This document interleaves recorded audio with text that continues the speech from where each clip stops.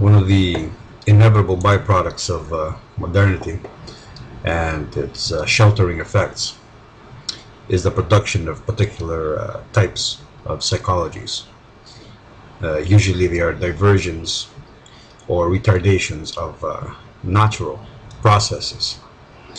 I will begin with the more popular Peter Pan syndrome, it is known.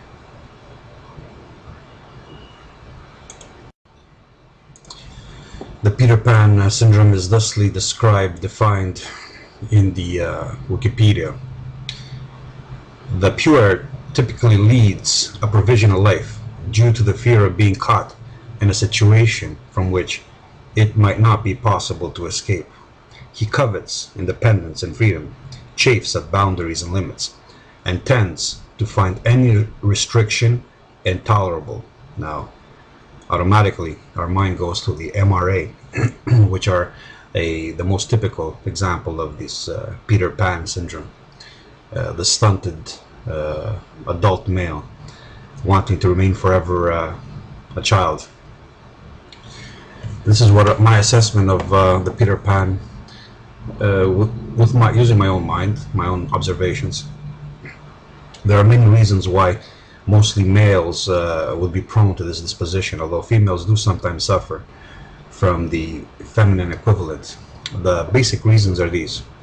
Number one, the male traditionally are the holders of their bloodline's fate.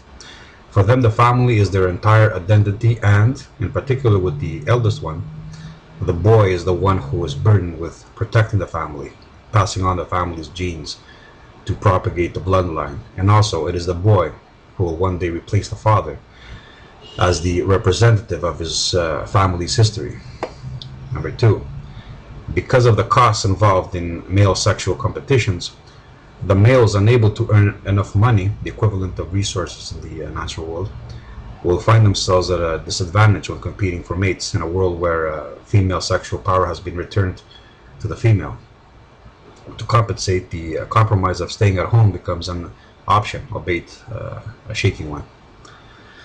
Number three, males are insufficiently weaned in a world where males are conspicuously absent, and when they're present, they're slandered. And these children lack, these boys particularly, lack the natural drive to set up their own nest. Number four, males by nature are opportunists, and so function within fluid environments with no stable commitments. They do not have the female's reproductive burden requiring stable environments and longer lasting, more stable relationships.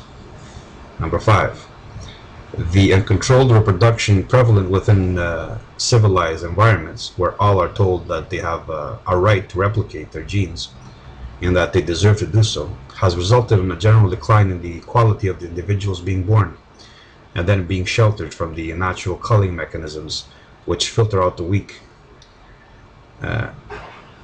that are unable to survive on their own. Now let's explore each in brief.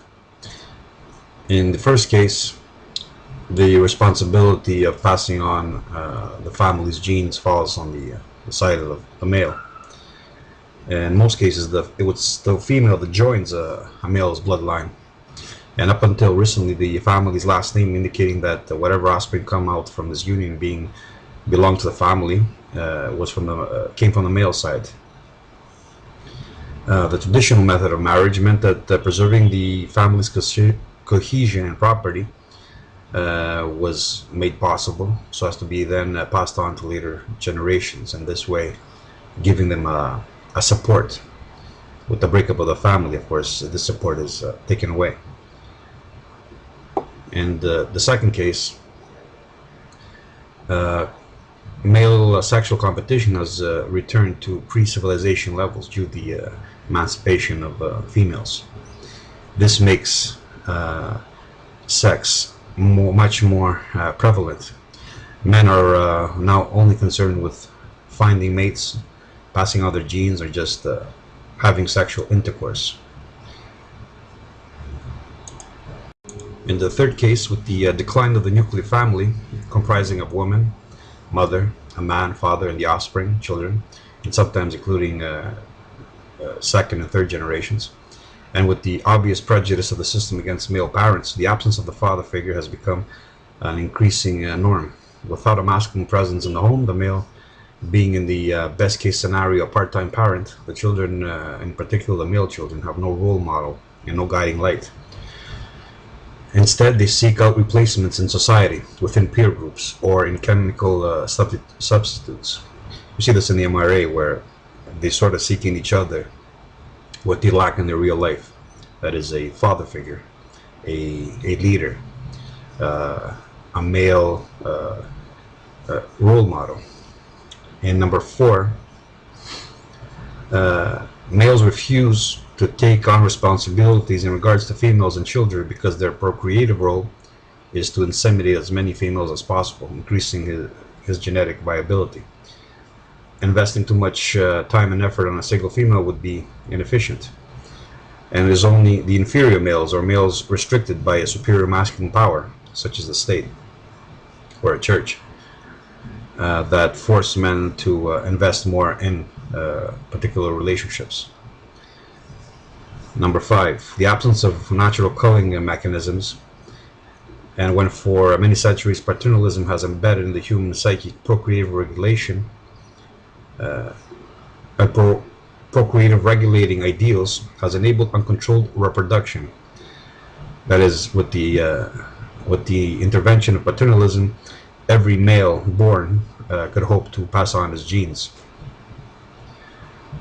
We can say that the vast majority, in fact, would not have been born at all if it wasn't for this sheltering effect that paternalism had.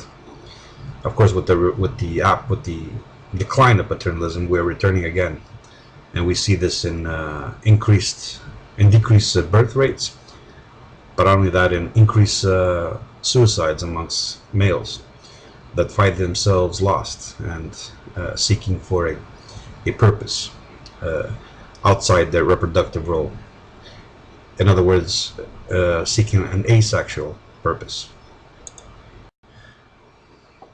In fact, all of this creates a stunting effect. The males now never mature, avoid the costs of maturing, because all that's expected of them is to service the system. And if they maintain a job and pay their taxes, then they could while away the hours doing whatever they want, and the system really doesn't care. So them dropping out is really inconsequential to the system itself. And if not for some minor stresses caused upon the female, it's also inconsequential for the female, because she can find sexual satisfaction at any time with whoever she wants, if she's average or even slightly below average. A woman can walk into any bar and find a sexual partner, and she can have a baby with whoever she chooses to have a baby with. From a female's point of view, she being a genetic and mimetic filter, she's inclined to dismiss any male that does not provide or offer an advantage to her and to her offspring, as a risk not worth taking, or as a risk with a certain certainty to fail, a certain loser. For a male to acquire sexual potency, he must be someone who promises resources, and this, within modern systems, means money and social status and networking, because humans and relationships are also a resource. Jung describes this type in this way, quote,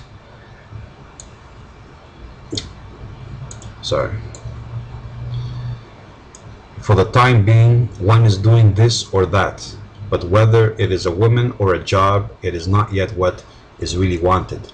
And there is always the fantasy that sometime in the future the real thing will come about. The one thing dreaded throughout by such a type of man is to be bound